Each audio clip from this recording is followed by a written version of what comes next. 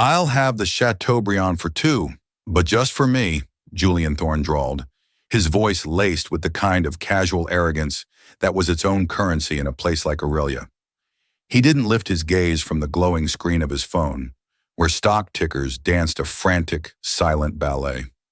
And for my drink, a glass of your finest financial advice. Amelia Vance froze, her pen hovering over the crisp page of her notepad. 8 hours into a double shift, her feet were a dull, throbbing memory, and her smile felt like a cheap coat of paint stretched over a crumbling wall. This was the fifth straight Saturday she'd picked up a double, and Julian Thorne, table 12, was the final, exquisitely irritating cherry on top. She'd recognized him the moment he'd been seated, of course. Julian Thorne, the 34-year-old enfant terrible of private equity, a man who'd built a $10 billion empire by devouring struggling companies and selling them for parts. His face was a regular feature in magazines her other customers left behind, always with a predatory glint in his cold gray eyes. "I'm terribly sorry, sir," she said, her voice a carefully calibrated instrument of professional deference. "We seem to be out of financial advice this evening. May I recommend the 1982 Petrus instead? It pairs beautifully with hubris." The words were out before she could stop them. They were quiet, meant only for him, but they sliced through the restaurant's polite hum. Julian Thorne's thumb stopped moving. Slowly he lifted his head, and for the first time, he actually looked at her. He'd expected a flustered minimum wage student. He saw a young woman, no older than 24, with tired but startlingly intelligent hazel eyes that held a flicker of defiance. Her uniform was immaculate, but her posture was rigid with a fatigue he'd never known. The name tag on her lapel read Mia. A slow, dangerous smile spread across his face. He hadn't been caught off guard like that in years. "Hubris," he repeated, savoring the word. "A bold recommendation. Tell me, Mia, what would you know about that?" He gestured to the empty chair across the gleaming mahogany table. "Sit." "Sir, I can't. I have other tables." "They can wait," he said, his voice dropping to a conspiratorial murmur that was somehow more commanding than a shout. He tapped a black, featureless credit card against the table. It made a sharp, authoritative sound. "Let's pretend for a moment that I'm not a monster and you're not a waitress. Let's pretend we're just two people talking about money. You have an opinion. I want to hear it. Where would you put $10 million right now if you wanted to make a quiet, untraceable, and obscene profit?" The specificity of the question was a test, a joke, a way to amuse himself at her expense. The other waiters had warned her about him. They said he liked to play games with the staff, intellectual cat and mouse, to alleviate the crushing boredom of being Julian Thorne. Mia's gaze flickered to her manager, Jean-Luc, who was watching from across the room with the terrified expression of a man seeing a lit match tossed into a fireworks factory. Then she looked back at Julian. The exhaustion, the frustration of her life, the endless shifts, the mountain of debt, the reason she was here instead of where she was supposed to be, coalesced into a single point of cold resolve. "I wouldn't put it in the market," she said, her voice steady. She did not sit. "Not your market anyway." Julian's smile faltered. "Go on." "I'd buy distressed municipal water bonds in arid, politically stable regions with aging infrastructure. Then, I'd use the remaining capital to acquire a controlling interest in the 3 leading independent water purification technology patents currently tangled in litigation.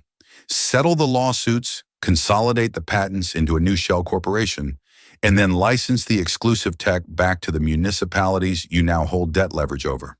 It's not a quick return, but in 5 years, when water scarcity becomes a national security issue, you're not selling a stock. You're selling survival, and you can name your price." The silence that followed was absolute. The half-smirk vanished from Julian Thorne's face, replaced by an expression of stunning stillness. He slowly placed his phone face down on the table. His gray eyes, no longer bored into hers with an intensity that made the air feel thin. "That's alarmingly specific," he said, his voice a low growl, "and morally questionable. Where did you learn that?" "I read the back of a cereal box," she said, her professional mask snapping back into place. Now about that Chateaubriand, sir. How would you like it prepared? Wait. He held up a hand. The gesture was small, but it had the weight of absolute command. He looked past her and caught Jean-Luc's eye. The manager scurried over, wringing his hands. Is everything to your satisfaction, Mr. Thorne? Everything is fascinating, Julian said, his eyes never leaving Mia. I require a private business consultation with your staff member for the remainder of the evening. Add her wages plus a $20,000 gratuity for the restaurant's inconvenience to my bill. Jean-Luc's jaw went slack. He looked from the billionaire to his waitress as if they'd both started speaking in tongues. But, monsieur, her other tables will be handled, Julian said, his tone leaving no room for argument. Mia, sit down. Reluctantly, knowing she was trapped, Mia sank into the plush leather chair. The fine fabric felt alien against her worn polyester uniform. This was a mistake, a catastrophic, pride-fueled mistake. You're not a waitress, Julian stated. It wasn't a question. My apron and this notepad would disagree. She gestured with her pen, a nervous habit. In doing so, she noticed a tiny wobble in the leg of the solid mahogany table, almost imperceptible. Her mind, a machine always looking for patterns and flaws, cataloged it without conscious thought. Don't be cute, he snapped, leaning forward. The predator was back. That wasn't a stock tip. That was a corporate rating strategy. A brutal one. That's my language you're speaking. Who are you? I'm the person you mockingly asked for financial advice, she said, meeting his gaze. A flicker of her old self, the person she used to be, surfaced. You just weren't prepared for an answer. Instead of anger, a deep, rumbling laugh escaped him. It was a genuine sound, and it changed his entire face, erasing some of the harsh lines around his eyes. Fair enough. You've got me there. I was being an ass. He sobered, his gaze analytical again. But the question stands. The patent litigation angle, that's deep-cut knowledge. That's not something you learn in a community college business course. So I'll ask again, who are you, Mia? She held his gaze, a silent battle of wills playing out across the table. My name is Amelia Vance, and I'll take your order now, Mr. Thorne. As she walked away to place the order for his ridiculously oversized steak, Julian Thorne watched her go, a complete reappraisal occurring in his mind. He saw the efficiency of her movements, the straightness of her spine, the way she navigated the crowded room with an economy of motion that spoke of discipline. He dated heiresses and supermodels who moved with less grace.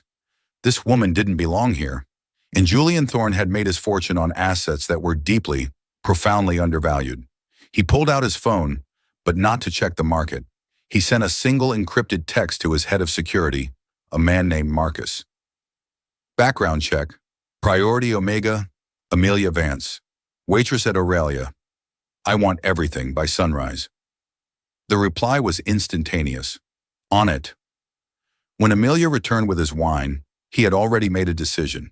He was a man who acted on instinct, and his instinct screamed that this woman was a key to a door he hadn't even known existed. Throughout his meal, he found himself unable to focus on the perfectly cooked beef or the eye-wateringly expensive wine. His attention was fixed on her. He watched her handle a belligerent drunk at table 7 with a few quiet words and a smile that didn't reach her eyes but was chillingly effective.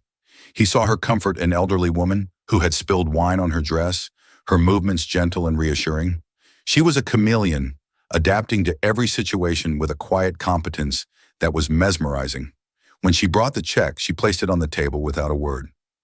Julian signed it, adding a tip that made her gasp when she saw it. $50,000. This is a mistake, she whispered, her eyes wide. It's not a tip, he said, standing and buttoning his jacket. It's a retainer. I'm hiring you. Hiring me? For what? To be your personal waitress? As a consultant, he corrected. Your analysis was compelling. I want you to look at something for me. A charitable foundation I'm a primary donor for. The returns are underperforming in a way that feels wrong. Amelia stared at the check, then at him. $50,000. It was a lifeline. It would cover her grandmother's mounting medical bills, the ones that kept her awake at night. cold with dread. It was more money than she'd seen in 3 years. But it was a gilded cage. "I can't," she said, sliding the leather folio back towards him. Julian's eyebrow arched. "$50,000 isn't enough to get you to talk to me for an hour?" "It's not about the money," she lied. It was entirely about the money and the terror of what accepting it would mean. "I have a life here." "This isn't a life, Mia," he said, his voice surprisingly gentle. "This is a holding pattern. I can see it in your eyes. You're waiting for something, or hiding from something." He pulled out a simple, elegant business card and wrote a private number on the back. "My office, Monday, 9 a.m. If you're not there, I'll assume you prefer serving steak to changing your life. The $50,000 is yours regardless. Consider it a fee for tonight's entertainment." He turned and walked out, leaving Amelia standing by the table, the check and the business card feeling like they weighed 1,000 pounds. Jean-Luc rushed over. "Mon Dieu, Amelia, what did you say to him?" "I recommended the Petrus," she murmured, her mind a million miles away. Later that night, in her cramped, third-floor walk-up apartment that always smelled faintly of her neighbor's curry, Amelia stared at the business card. Julian Thorne, CEO, Thorne Global Acquisitions. Her phone buzzed. It was a text from the nursing home. "Mrs. Vance had a difficult night. The doctor recommends a new series of treatments not covered by her insurance. The initial deposit is $40,000. Amelia sank onto her lumpy couch, the card clutched in her hand. For 3 years, she had been a ghost. She had meticulously scrubbed her past, changed her name, and built a wall of anonymity around herself. She'd fled a life of privilege and promise for the punishing safety of obscurity, all to escape one man. And now, another man, one just as powerful and infinitely more dangerous, was trying to pull her back into that world. She looked at the text from the nursing home, then at the card. It wasn't a choice anymore. Running and hiding had a cost, and the bill had just come due. Her grandmother, the only person left in the world who mattered, was paying the price for her fear. As the first hints of dawn painted the grimy city sky, Julian Thorne sat in his penthouse office, a glass of whiskey untouched on his desk. An encrypted file had arrived from Marcus an hour ago. He clicked it open. Amelia Vance, 24, no social security number issued before age 21. No credit history prior to 3 years ago. Previous addresses untraceable. Sealed juvenile record in another state under a different name. Educational background, GED. Employment history, cash-in-hand jobs until Aurelia. Essentially, a ghost. Julian leaned back, a slow smile spreading across his face. A ghost who could dissect a corporate takeover strategy like a master surgeon.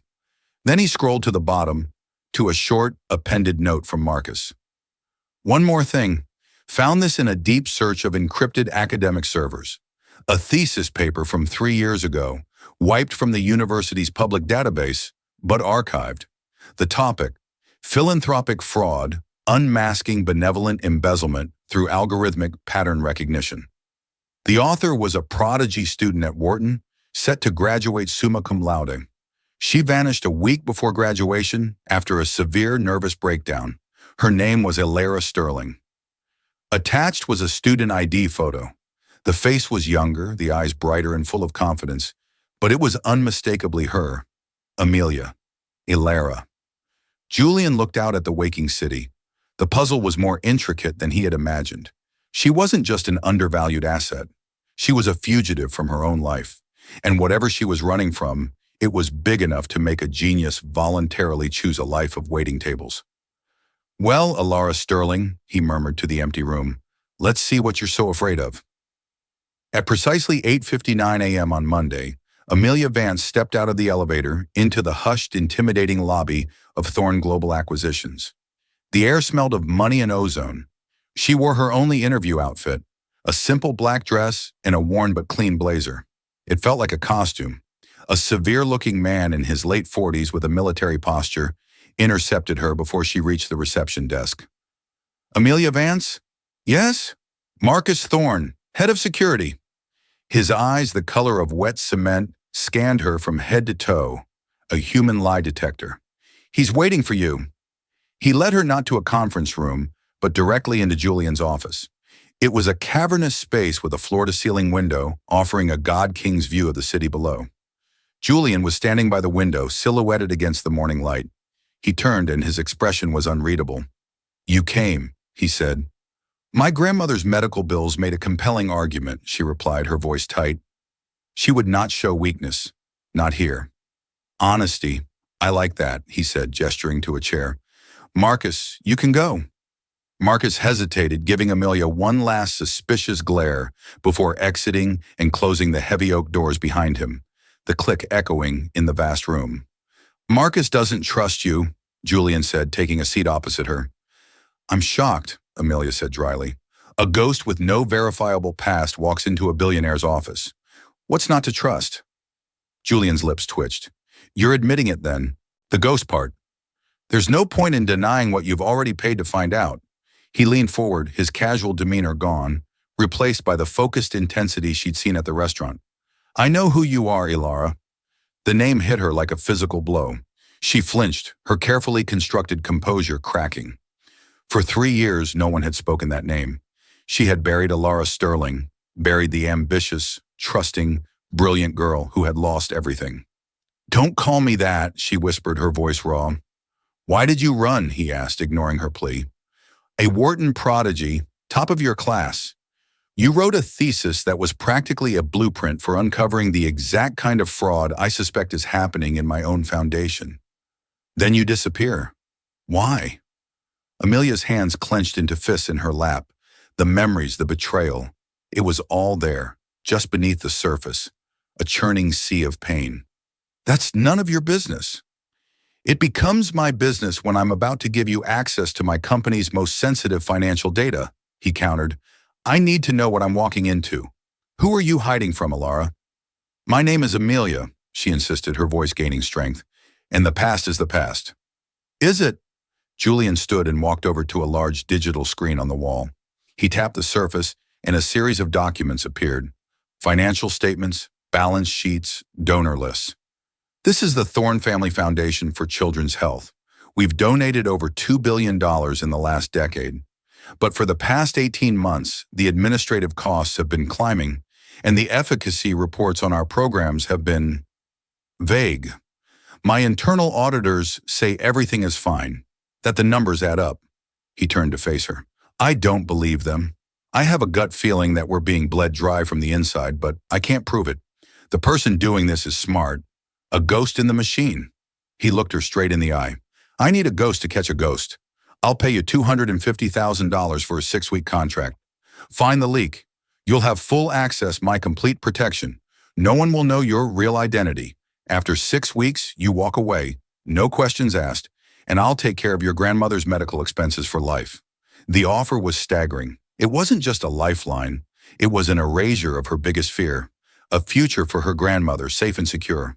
But the price was to become Ilara Sterling again, even in secret, to dive back into the world of numbers and shadows that had nearly destroyed her.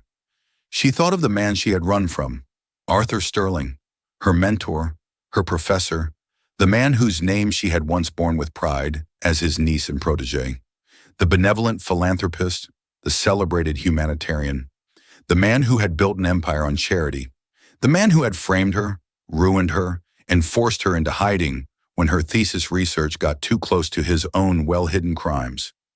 "What if I find nothing?" she asked, her voice barely a whisper.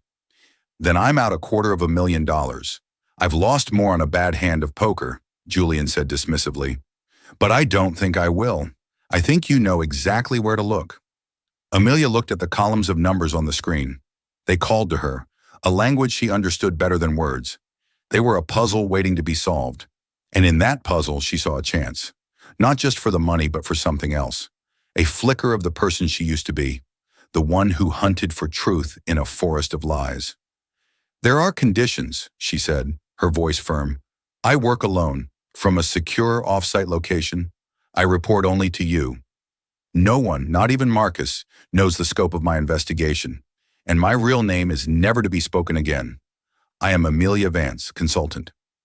Julian studied her for a long moment, a slow, predatory smile returning to his face. It was the smile of a man who had just acquired the one thing he wanted. "Welcome aboard, Ms. Vance," he said, extending his hand. As she shook it, his grip firm and warm, Amelia felt a terrifying thrill. She was making a deal with the devil to escape a monster. She could only pray they weren't one and the same. For the first 2 weeks, Amelia worked from a sterile, anonymous office suite Julian had rented for her under a corporate pseudonym. It was a digital fortress. He had provided her with the most advanced forensic accounting software on the market and a firewalled server with direct, untraceable access to the Thorne Foundation's entire financial history. She worked 18-hour days fueled by black coffee and a grim determination. The numbers became her world. She dove into the data streams, losing herself in the intricate dance of credits and debits, grants and expenditures. It was like coming home. The part of her brain that had been dormant for 3 years roared back to life, hungry and sharp. She began to see it on day 10. It wasn't a large, obvious bleed. It was 1,000 tiny cuts. An invoice for medical supplies in Ghana that was 1.8% higher than the supplier's list price. A transportation contract in Bolivia with a fuel surcharge that didn't match market rates. Consulting fees paid to shell corporations in the Cayman Islands for community outreach programs that had no verifiable metrics. Each instance was small enough to be dismissed as a rounding error or clerical mistake.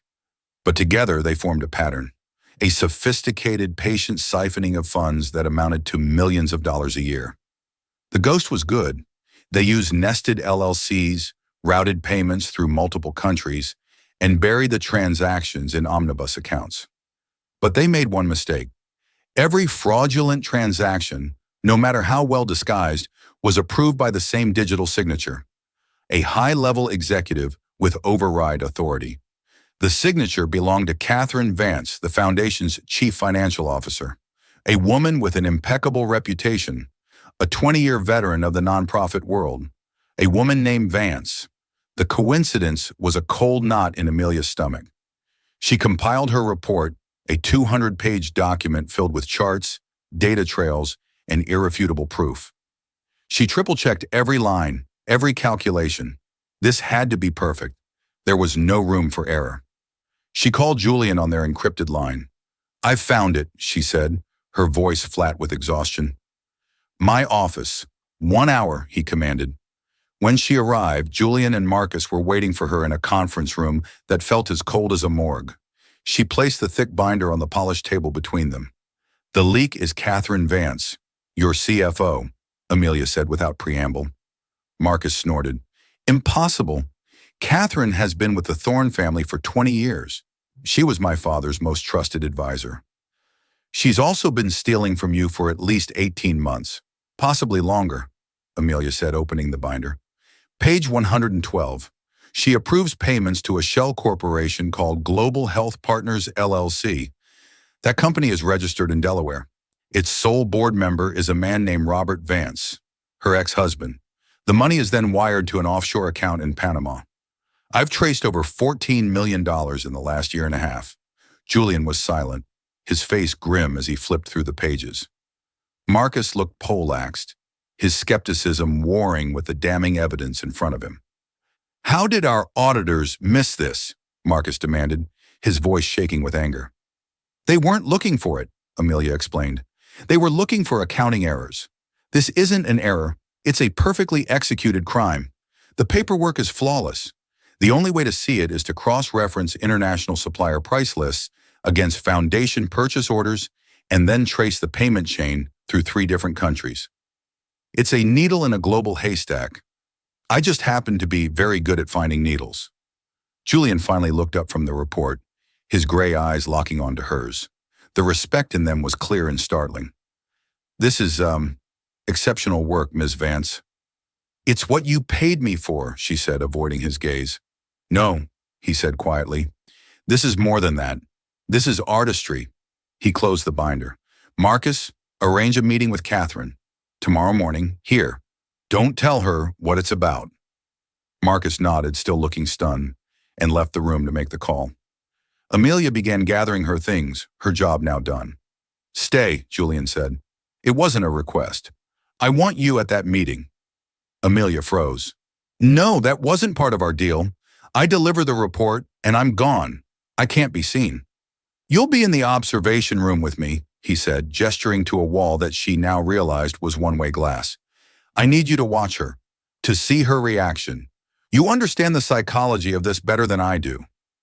The thought of being in the same building as a confrontation, even from behind glass, sent a spike of fear through her. It was too close, too much like before.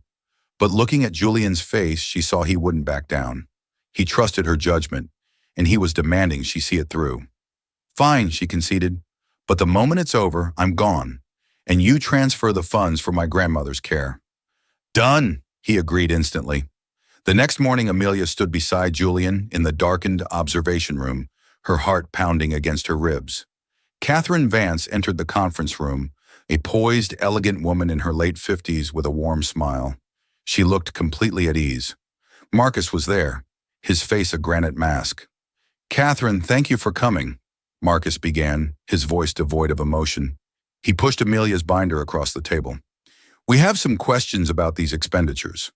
Catherine's smile faltered as she opened the report. Amelia watched her face, a clinical, detached observer.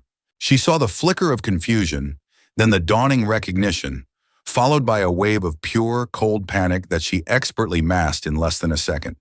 A true professional. I don't understand, Catherine stammered, flipping through the pages. These are baseless accusations. Are they? Marcus said, his voice like ice. The account in Panama, Catherine. The one in your ex-husband's name. Tell me about that. That's when Catherine's composure shattered. She looked up, her eyes wide with terror, not at Marcus, but at the one-way glass. It was an instinctive, guilty glance towards the hidden source of power. It was as if she could feel Amelia's presence, the ghost who had unearthed her secrets. This is a mistake, she said, her voice trembling. I've been framed. The words, I've been framed, echoed in Amelia's head, throwing her back 3 years. Arthur Sterling's feigned look of devastation, the whispers of her colleagues, the cold, disbelieving eyes of her own parents. She felt the air leave her lungs, the room starting to spin. I need to go, she whispered, turning to leave. Julian put a hand on her arm, steadying her. Not yet. Watch. In the conference room, Catherine Vance crumbled. Sobs racked her body. You don't understand, she cried. He made me do it. He had debts. Terrible people were after him. He said it was the only way. It was a pathetic, desperate performance. But in that moment, all Amelia felt was a profound, weary sadness. Another life ruined. Another person who let weakness curdle into crime. Julian picked up an intercom. That's enough, Marcus. Escort her out. Our legal team will take it from here. As Marcus led the weeping woman from the room, Julian turned to Amelia. The observation room was silent, the manufactured drama over. You were right about everything, he said. His gaze was intense. You saw what no one else could. I owe you more than just money. You owe me what we agreed on, she said, pulling her arm away. She felt exposed, vulnerable. The deal is done. The deal is not done, he said, his voice low. I've been thinking about your thesis, Ilara. She flinched at the name. I told you not to. Philanthropic fraud, he continued as if she hadn't spoken. You wrote about sophisticated embezzlement schemes in the nonprofit sector. Schemes just like this one. You described the methodology so perfectly it was like you had seen it before. And your last name? Sterling. Is it just a coincidence that the biggest philanthropic organization on the East Coast, the Sterling Heritage Foundation, is run by a man named Arthur Sterling? Amelia's blood ran cold. He had made the connection. That's none of your business. Arthur Sterling is your uncle, isn't he? Julian pressed, taking a step closer. The man who raised you after your parents died. The celebrated humanitarian. You were his protege, his heir apparent, and then you vanished. He paused, letting the pieces fall into place. My God, he's the one you're hiding from. He's the one who did this to you, isn't he? Amelia stared at him, trapped and terrified. The secret she had guarded with her life was laid bare under his relentless, analytical gaze. You don't know what you're talking about, she said, her voice shaking. Don't I? Julian's expression was a mixture of fury and dawning understanding. I looked into him. Arthur Sterling's foundation has a portfolio that is the envy of Wall Street. Impeccable returns, zero controversies. He's a saint, but saints don't have nieces who are experts in their specific brand of sin and live in hiding. He framed you. He found out your research was getting too close to his own operation, and he destroyed you to protect himself.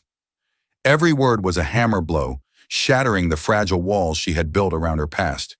Tears welled in her eyes, hot and furious. Tears of rage, not of sadness. "You think you have it all figured out," she spat.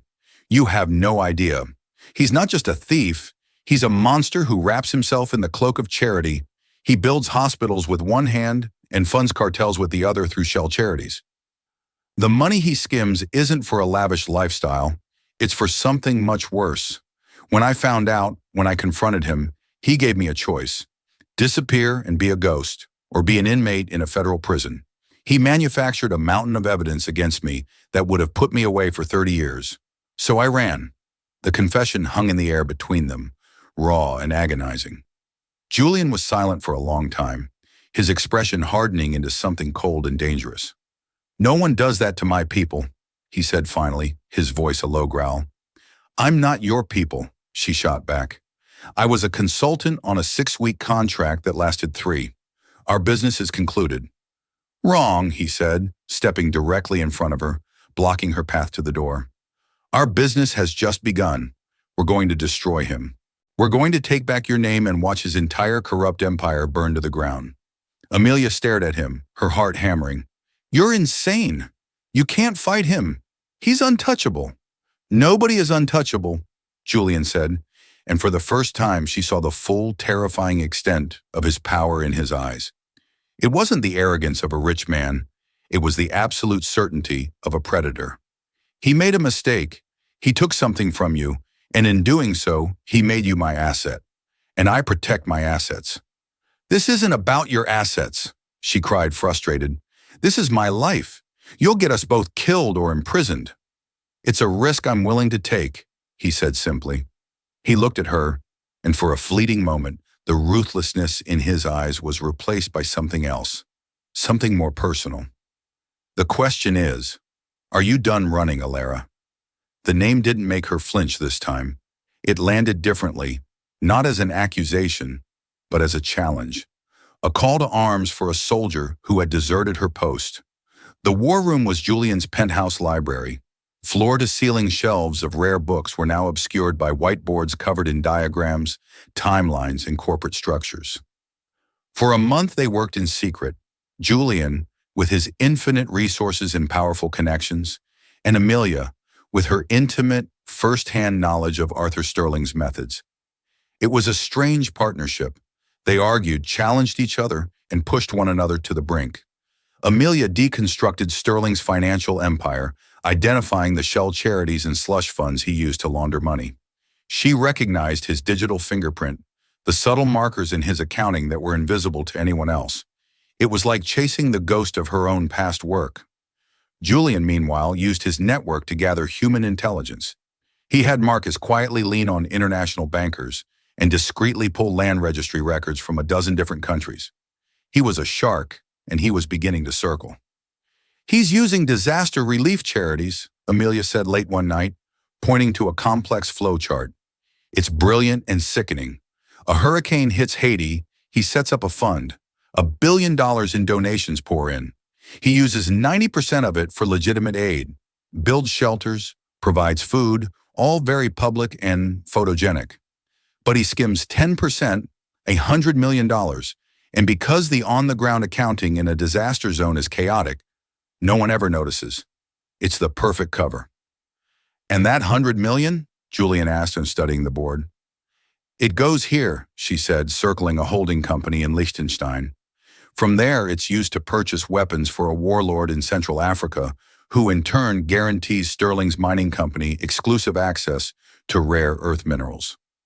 Julian let out a low whistle. "He's not just a thief, he's a geopolitical player." "He's a kingmaker," she corrected, "and he uses the suffering of the world's most vulnerable people as his currency." As they dug deeper, the danger became more palpable. One of Marcus's contacts in Zurich went silent. A server they had been monitoring in the Bahamas was suddenly wiped clean. Sterling knew he was being watched. He was closing ranks, erasing his tracks. One evening, Amelia received a package at her secure office. Inside was a single perfect white orchid, her grandmother's favorite flower, and a simple card. I hear the city is lovely this time of year. It would be a shame if anything were to spoil the view. Hey! The blood drained from her face.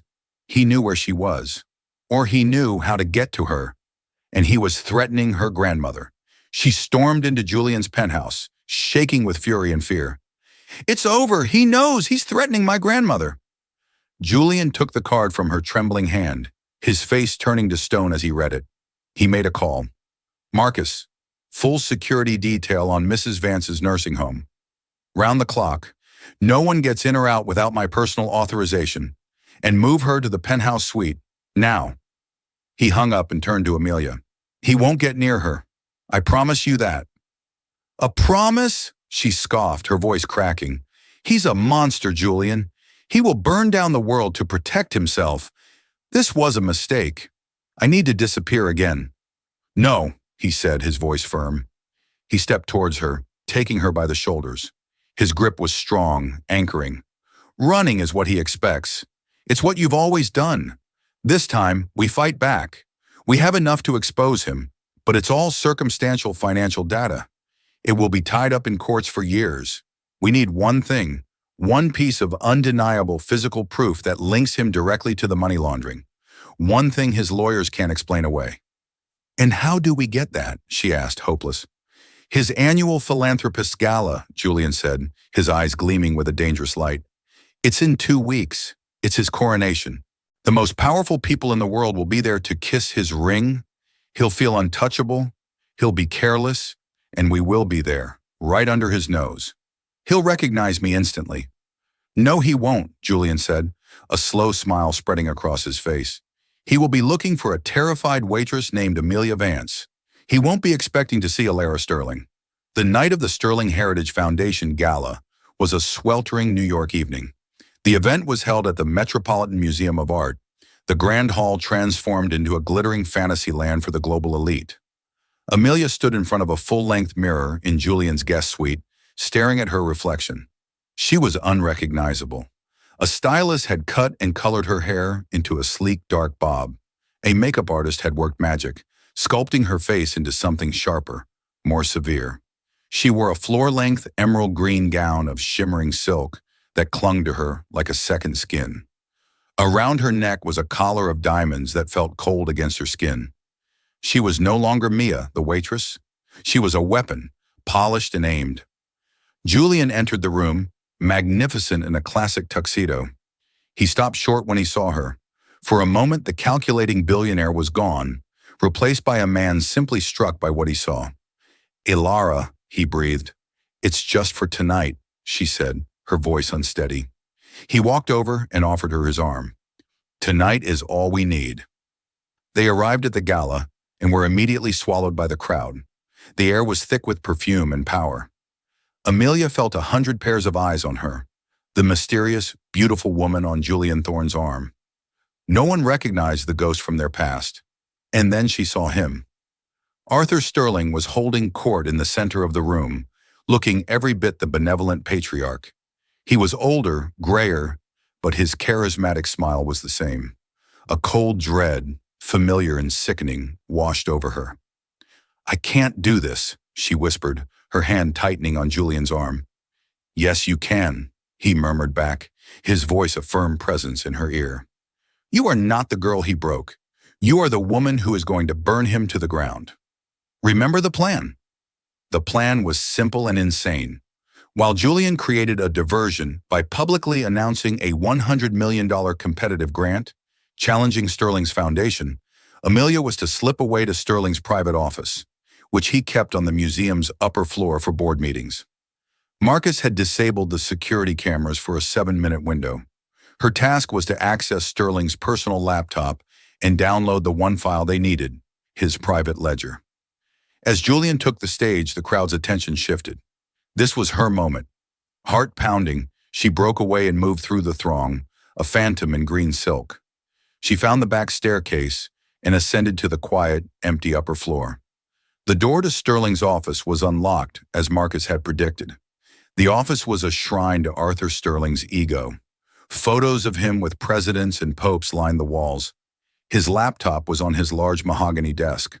She sat down, her fingers flying across the keyboard, a phantom limb remembering old passwords. She pulled out a small encrypted drive and inserted it into the USB port. The download began. 1%, 2%. The progress bar moved with agonizing slowness. Suddenly she heard a voice from the doorway. "Looking for something, my dear?" Amelia's blood turned to ice. She spun around. Arthur Sterling stood there, his charming smile gone, replaced by a look of cold, reptilian amusement. He wasn't at the podium. Julian's diversion had failed. It had been a trap. "Ilara," he said, his voice a soft caress that made her skin crawl. "I must admit, this is a more dramatic return than I had anticipated. The dress is stunning. Julian Thorne has excellent taste in accessories." "How did you know?" she whispered, her mind racing. "Please," he scoffed. "A new brilliant consultant on Julian Thorne's arm the same month my accounts come under digital attack? I may be a monster, but I'm not a fool. I've been waiting for you to make your move." He took a step into the room, two large security men flanking him in the doorway. "Now, be a good girl and give me the drive." Amelia's hand hovered over the laptop. The download was at 98%. She needed seconds more. "It's over, Uncle," she said, her voice shaking but defiant. "Julian knows everything." Arthur laughed, a hollow, ugly sound. "Julian Thorne is a businessman. He'll be dealt with. But you are a family matter, a loose end. I was too sentimental 3 years ago. I should have buried you then, not just your career." He nodded to his men. "Get the drive." As the men started forward, Amelia made a decision. She wasn't the scared girl anymore.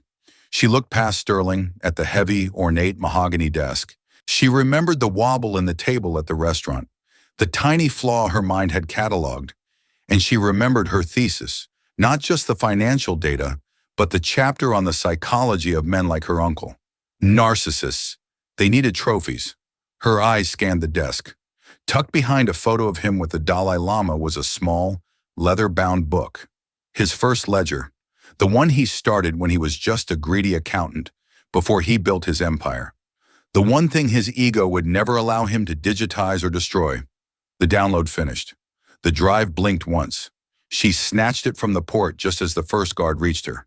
She shoved the drive into the bodice of her dress, and with a surge of adrenaline, shoved the massive laptop off the desk. It crashed to the floor. At the same time, she grabbed the heavy base of a bronze statue, an award for humanitarianism, and swung it with all her might, not at the men, but at the front leg of the antique desk. The crack of splintering wood echoed in the silent room. The desk, its balance compromised, groaned, and then tipped forward, crashing to the ground with a sound like thunder. Papers, photos, and secrets scattered across the floor, and the small, leather-bound ledger skidded across the polished wood, coming to a stop at Arthur Sterling's feet. For a single fatal moment, his eyes and the eyes of his guards were drawn to the book, the physical proof, his origin story. It was the only opening she needed. Amelia launched herself towards the windows on the far side of the room, not the door. They were floor-to-ceiling glass, overlooking the gala 2 floors below. "Ilara, no!" Sterling screamed, realizing what she was about to do. She didn't hesitate. She picked up a heavy chair and hurled it through the glass. The sound of shattering was deafening. The entire gala fell silent, 1,000 faces turning upwards to the source of the commotion. Amelia stood in the shattered frame of the window, the wind whipping her hair, the diamond necklace glittering like ice. Down below, she could see Julian, his face a mask of shock and fury, pushing his way through the crowd. "It's over, Arthur," she screamed, her voice amplified by the hall's acoustics. "Everyone, look! Look at the great humanitarian, Arthur Sterling, the man who steals from disaster victims to fund wars." Sterling's face was a mask of pure hatred. He lunged for her, but he was too late. Amelia held up the encrypted drive for the entire world to see. "The proof is right here," she shouted. "Everything. Every dollar you stole, Every life you destroyed. It all ends tonight." From the corner of her eye, she saw Julian's security team, led by Marcus, storming the stairs. The museum's own security was rushing up from the other side. Sterling was trapped. His public image, his most powerful weapon, was shattering around him like the glass at her feet. He looked from the ledger on the floor, to the drive in her hand, to the 1,000 witnesses below. He was ruined, and in a final, desperate act of evil, he lunged not for the evidence, but for her. He grabbed her arm, his fingers like steel claws, and tried to pull her back from the ledge. But Julian had been right. She was not the same girl. She had been surviving for 3 years in a world that tried to crush her. She twisted, brought her knee up hard into his stomach, and as he doubled over with a gasp, she ripped herself free and stepped back into the room. Just as Marcus and his team burst through the door, weapons drawn, Arthur Sterling, gasping for air, looked at his niece, at the armed men, and at the ruins of his life. He saw no escape. There was no one left to frame. He turned, and with a final guttural scream of rage and defeat, he hurled himself through the broken window. The collective gasp from the crowd below was the last sound he ever heard. The aftermath was not a clean, tidy ending. It was a maelstrom of police interrogations, FBI debriefings, and relentless media coverage. The contents of the ledger and the encrypted drive ripped the philanthropic world apart, exposing a web of corruption that ensnared politicians, bankers, and corporate titans. Ilara Sterling, the ghost, was front-page news. Her name was cleared, but the process was slow and grueling. She had to relive her trauma on witness stands and in sterile deposition rooms. Julian was with her through all of it. He was her shield, her advocate, and her anchor. His legal team handled the press, and Marcus, now her staunchest ally, ensured her safety. One crisp autumn afternoon, 2 months after the gala, Ilara stood on the balcony of Julian's penthouse, looking out over the city. It no longer felt like a place to hide. It felt like home. Julian came to stand beside her. The intense, driven energy between them had softened into a quiet, comfortable understanding. "The final charges were filed this morning," he said. "The Sterling Foundation has been dissolved by federal mandate. Its assets are being redistributed to legitimate charities." "It's finally over," she said, a sense of profound relief washing over her. "For them, maybe," he said, turning to face her. "For you, it's a beginning." He handed her a file. "This is a proposal from the board of the new Thorn Foundation Oversight Committee. They're looking for a new director, someone with an unusual expertise in identifying needles in haystacks. The vote was unanimous." Ilara looked at him, stunned. "You want me to run your foundation?" "No," he said, his mouth curving into a rare, genuine smile. "I want you to be my partner. In this and in other things." He hesitated, the ever-confident Julian Thorne suddenly looking uncertain. "If that's something you'd be interested in." For 3 years, her life had been about survival, about being invisible.